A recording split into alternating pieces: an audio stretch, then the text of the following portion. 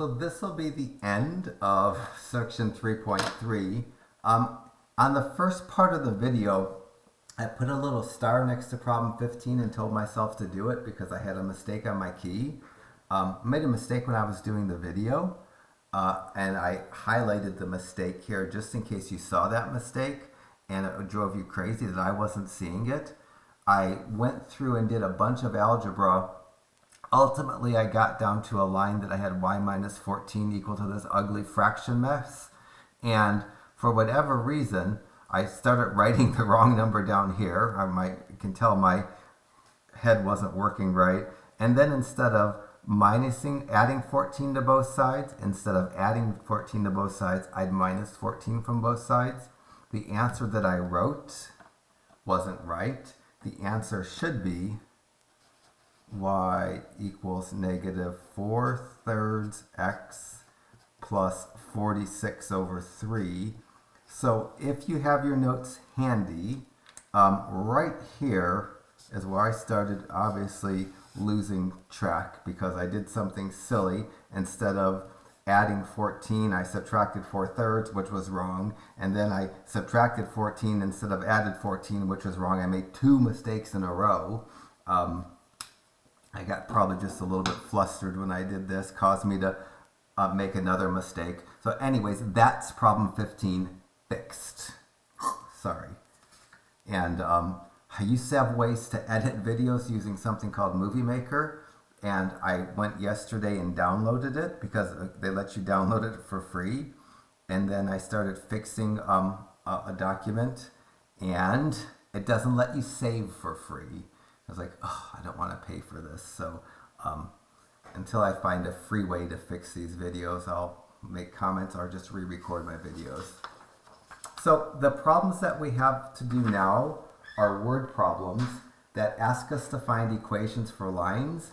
And most of the problems I'll call logic problems. I don't have to do anything special to find an equation for a line if I understand the information. So I'm going to jump into 34. Hopefully I'm ready to do correct work. And on problem 34, it talks about a crew tunneling through a mountain. And it says the crew has currently tunneled 250 feet and they're able to tunnel an extra 18 feet per day. And then part A asks me to find an equation for a line. Part B asks me to answer the question, how far will they have tunneled after 11 days? Let me do part B first with logic, and then maybe that logic will motivate me to get the equation of the line that I want. And then I'll do part B algebraically. So if the crew already has went 250 feet and they're going an additional 18 feet per day, over the next 11 days, they're not going to lose the 250 feet that they've started with, but they're going to go 18 feet a day for 11 days. So in the next 11 days, they're going to tunnel an additional 198 feet.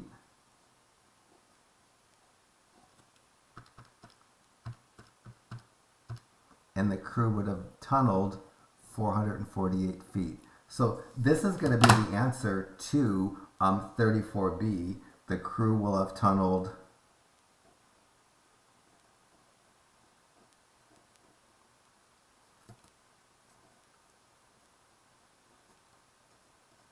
448 feet.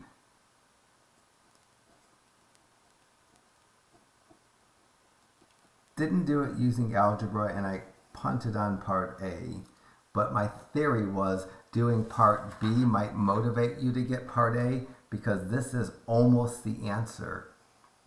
What I want my equation to be able to do, I want to be able to plug in a number of days. I want to multiply that number of days by the 18 feet I can tunnel per day, and then I want to add the 250 feet that are already been tunneled. And so my equation, it says create an equation of a line that can be used to find the distance tunneled. I don't know why I didn't use D here, but T is supposed to stand for the distance tunneled. So I'm going to create an equation that has T on the left-hand side, which stands for how far we've tunneled, after D days. And I want it to work so that if I plug a number in, I'm going to multiply it by 18 and add 250, because that's what I would need to do just in general.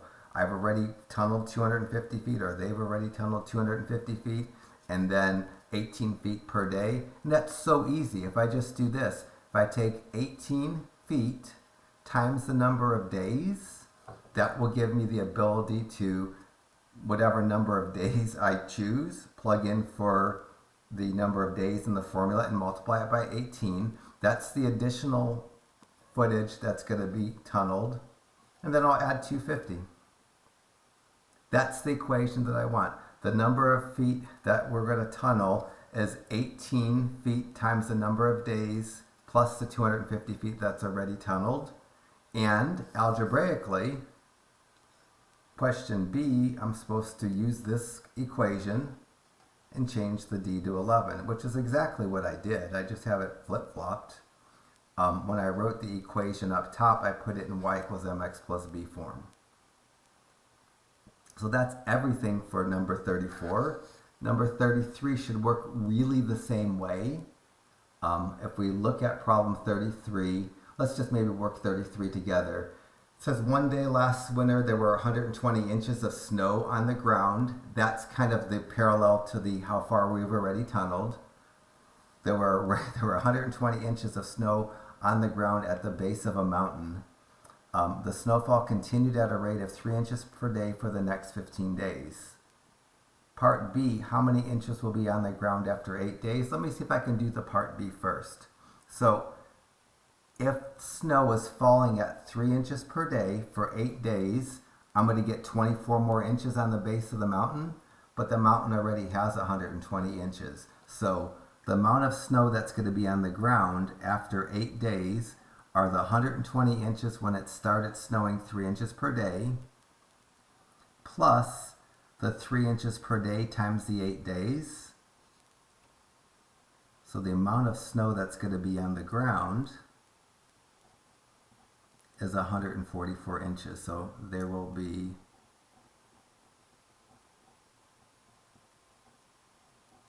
144 inches of snow on the ground. That's supposed to motivate my equation. So when I look at question A, it wants me to formalize this algebraically. Create an equation of a line that can be used to find the amount of snow, S. So I'm going to write S equals, this equation is going to figure out the amount of snow on the ground after D days. And the amount of snow on the ground is 3 inches per day times the number of days after we start measuring, plus the 120 inches that are already on the ground. You could write 120 plus 3D. It would be okay to do that. It's just that the way that I wrote it is slope-intercept form. The variable comes first, but this would also be right. And then algebraically to do part B, I already did the algebra. And I actually did it more or less the way that I would naturally do it. I would just take the number 8 for days of snow, plug it into the D into the equation. And that's the same algebra as that. It's going to give me the 144. So some more logic problems. One with my niece who comes up a lot, Miss Etta Jane. I don't think she gets $10 allowance, and I don't think she wouldn't clean her room for $1 million. But anyways, and my problem about a tree in my backyard. So my tree in my backyard, which I have one, it's probably about 18 feet tall, supposed to grow about 2 feet per year, so that's why I made this word problem up. So I have a tree that's 18 feet tall. It's growing at 2 feet per year. Let me do part B first. What will the tree's height be in 12 years? Well, if it's currently 18 feet tall and it's growing at 2 feet per year for 12 years, it's going to grow 24 more feet. in 12 years. So I'll take its current height, 18 feet, plus the increase in height, 24 feet. And that's going to give me, it will be 42 feet tall. I don't know if it can get that tall. I think it's going to cap out less than that, not that that matters. That's the answer and the shell of my equation. So for my part A, I want to create an equation of a line that can be used to calculate my tree's height after t years. So my equation is going to say the height of my tree is the amount that's going to grow per year, which is 2 feet times the number of years, t, because it says use t for the number of years, plus its current height of 18 feet. And that's exactly what I did here in reverse. The height of my tree is going to be 2 feet times the number of years plus the 18 feet that it's already at. To do part B algebraically, I would say the height is 2 times 12 plus 18. And that would give me the same 42, assuming I haven't made any disgusting math error on problem 36.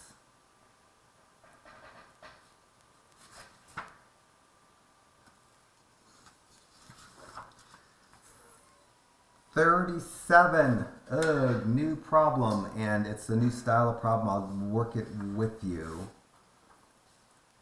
So for 37, I can't logic out, well maybe I can logic out this. I think I actually probably could, but I'm not going to logic out it because sometimes these problems can't be logicked out the same way. So it talks about a crew of 18 workers being able to clear 9 acres of brush per day. It's a lot of brush to clear. They must have some heavy equipment. And then it says a crew of 6 can clear 3 acres of brush per day. Then it says assume there's a linear relationship between the crew size and the number of acres of brush that can be cleared. You might be able to answer the question, how many acres can be cleared in a day with 10 members? Because look at 18 can do 9, half of it. 6 can do 3, half of it. I think this answer is a crew of 10 could make 5 acres because 18 can clear 9, which is half of 18. 6 can clear 3, which is half of 6. I think that's the answer to part B. But I certainly didn't use algebra. Well, I used logic.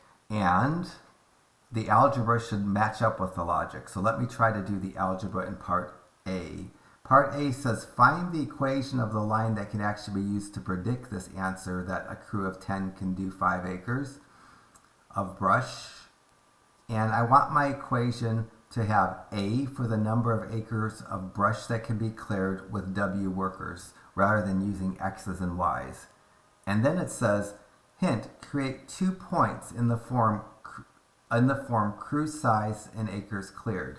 So in order to do part A algebraically, I can't logic out this equation so nicely. So I'm going to create 2 points.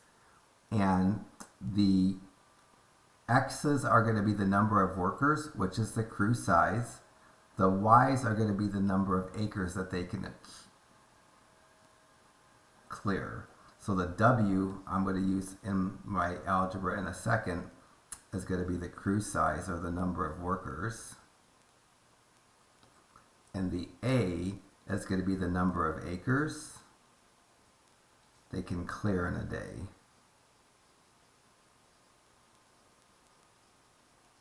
So instead of using X's and Y's, I'm going to use A's and W's. I'm going to use W's like a Y. I'm going to use A's like an X.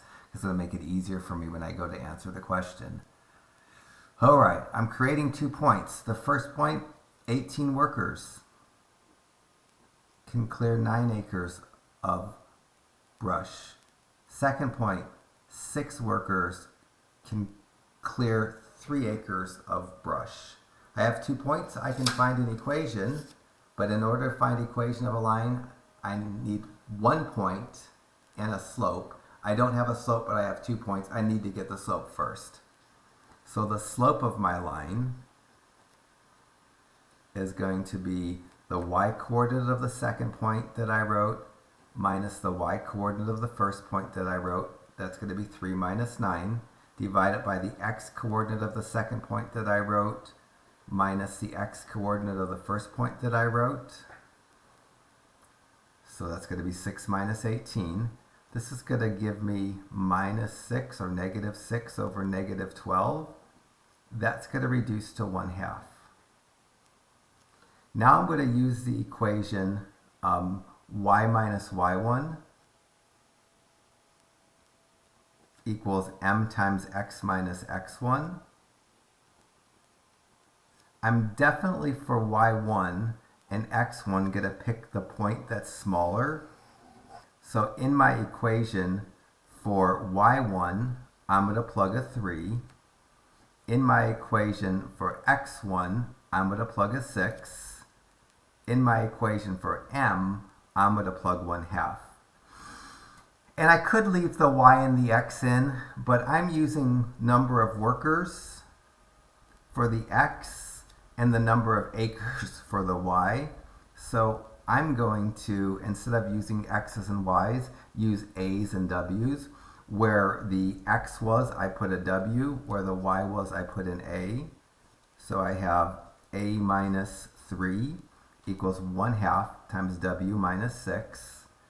Now I'm going to get this solved up. I'm going to go a minus 3 equals 1/2 times w, which is 1/2 times w. And then I have to do 1/2 times minus 6. And 1/2 times minus 6 is going to give me a minus 3. I'm going to add 3 to both sides.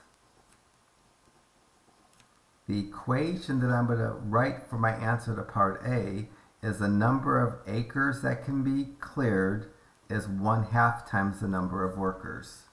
So number of acres that can be cleared is 1/2 times the number of workers. Now I can answer part B using algebra. How many acres can be cleared when we have 10 workers? I'm going to plug 10 in for the W and get the number of acres that can be cleared is 1/2 times the number of workers. So 1/2 times the number of workers, and that will give me 5 acres can be cleared with a crew of 10. And I already knew that as an answer. I logicked it out.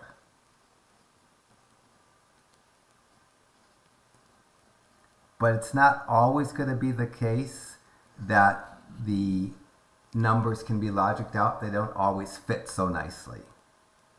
And that's the case for problems 19 and 20, or 39 and 40. We'll do 39 together because I lifted this from my college algebra class. I wouldn't do it on a test. So we'll do it together just so you can have it. This is way more complicated than anything that I think is really appropriate for our class, but I want to expose you to it just in case you see it in college algebra. It'll be the second time you see it, and sometimes that's good when it's not the first time. Even if you know, even if you're not really doing this and you're just watching me do it, just maybe something will click and you'll be able to do this when you see it in college algebra. So 39 talks about a real estate office managing apartments. An apartment complex with 1,100% identical units that rent for exactly the same amount of money. Kind of like when I lived in Tinsley Hall at NAU back in 1982 to 1986. There were probably 500 rooms in there. They were 100% the same. So this is what we have. We have an apartment complex, more like a dorm, with 1,000 units that are exactly the same. And if their rent's 1,000 per month, all 1,000 units will be occupied. However, if you bump the rent up to $1,300 a month, only 850 units will be occupied. Then it says assume the relationship between the rent and the number of units occupied is linear. It asks me to find an equation so that I can figure out the number of apartment units N that will be rented in terms of the rent or the price that we're charging. And it says, hint, create points of the form cost of the rent and the number of units rented. So let me create some points. We have the fact that if the cost of the rent is $1,000 a month, then that apartment manager will be able to rent out all 1,000 units. But if the cost bumps up to $1,300 a month, we'll lose some people and there's going to be some occupancy and there's going to be 850 units available. Now I'm going to find the equation of a line. And how do I find equations when I have 2 points? Well, first I find the slope.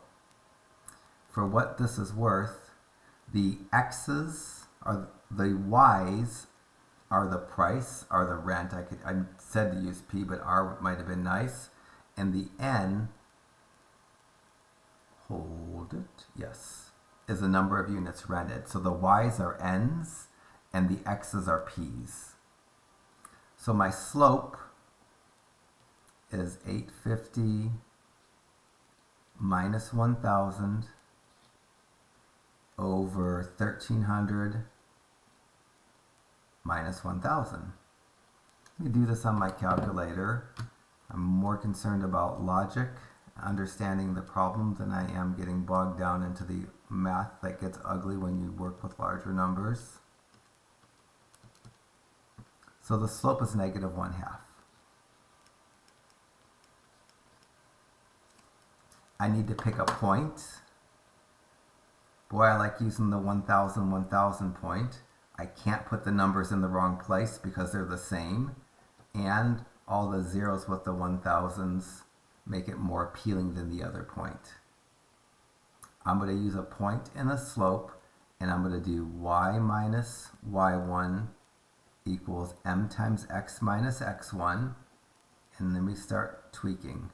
And for the y1, I'm going to plug 1,000, that's the y coordinate of the point that I picked.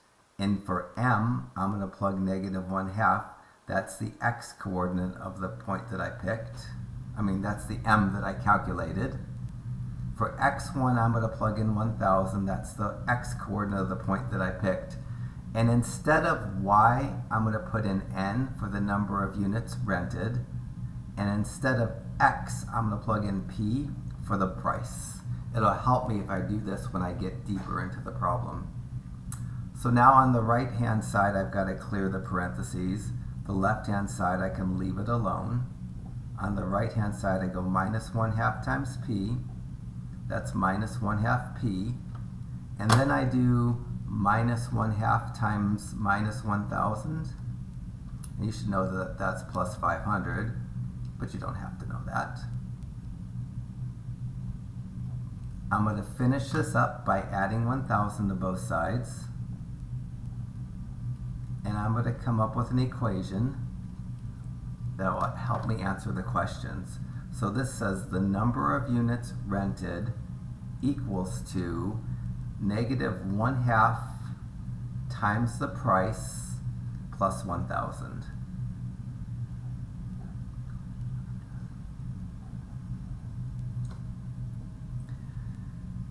All right, now I need to answer some questions. Part B says use the equation to figure out the number of units occupied when the price is $1,700. Well, it tells me what to do. It tells me to plug in 1,700 for the price and find the number of units that will be occupied at that price. It must be less than 850 because when we went up $300, we lost 150 people. We're going to lose more people.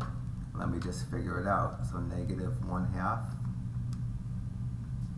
times 1,700 plus 100 plus, it's not plus 100, is it? Plus 1,000, drop to 0. And that says only 150 units will be rented at a price of, I have 650 written down somewhere.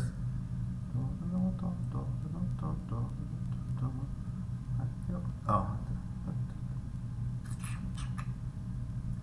Let me make sure I'm not making another mistake. Let me just slow roll this.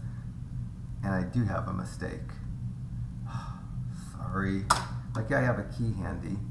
Boy, obviously I'm tired right now. I'm so sorry. On this side, when I added the 1,000 and the 500, I don't know why I wrote 1,000. I should have written 1,500 because 1,000 plus 500 is 1,500. And of course, once you have a mistake, 100% of everything you write after that mistake is going to be wrong. And I was just about to write something wrong, and now I can fix it. So now I'm going to figure out how many units are going to be occupied at a price of 1,700 properly by just taking the numbers, plugging them into the formula, and that will give me 650 units will be rented when the price is $1,700 a month. And lastly, use the equation to predict the price that will cost 500 units to be rented. It's going to be more than 1,700 bucks. But what do I need to do? I need to take this number and plug it into the formula for the number of units being rented, and that's the N. So I need to solve 500 equals -1/2 times the price or the rent plus 1,500. Algebraically, I'm going to minus 1,500 from both sides. That's going to give me -1,000 equals -1/2 times P. And when we have fractions in front of the variable, we multiply by the reciprocal. So I'm going to multiply by -2/1. On the right side, I'm just going to be left with the P. And on the left side, it's really -2 times 1,000 because that over 1 isn't necessary. It's -2 times -1,000. And I'll get 2,000. So a price of $2,000 or a rent of $2,000 will cause half of them to be empty.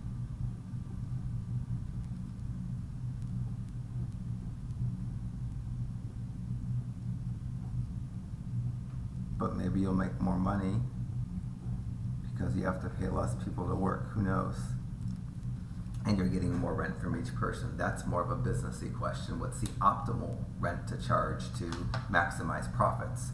And maybe even a calculus question, because we do those kinds of questions in calculus, figuring out how to optimize or maximize situations. So that's gotta be enough. We'll pause the video. We'll get ready to move on to section 3.4, which is something completely new.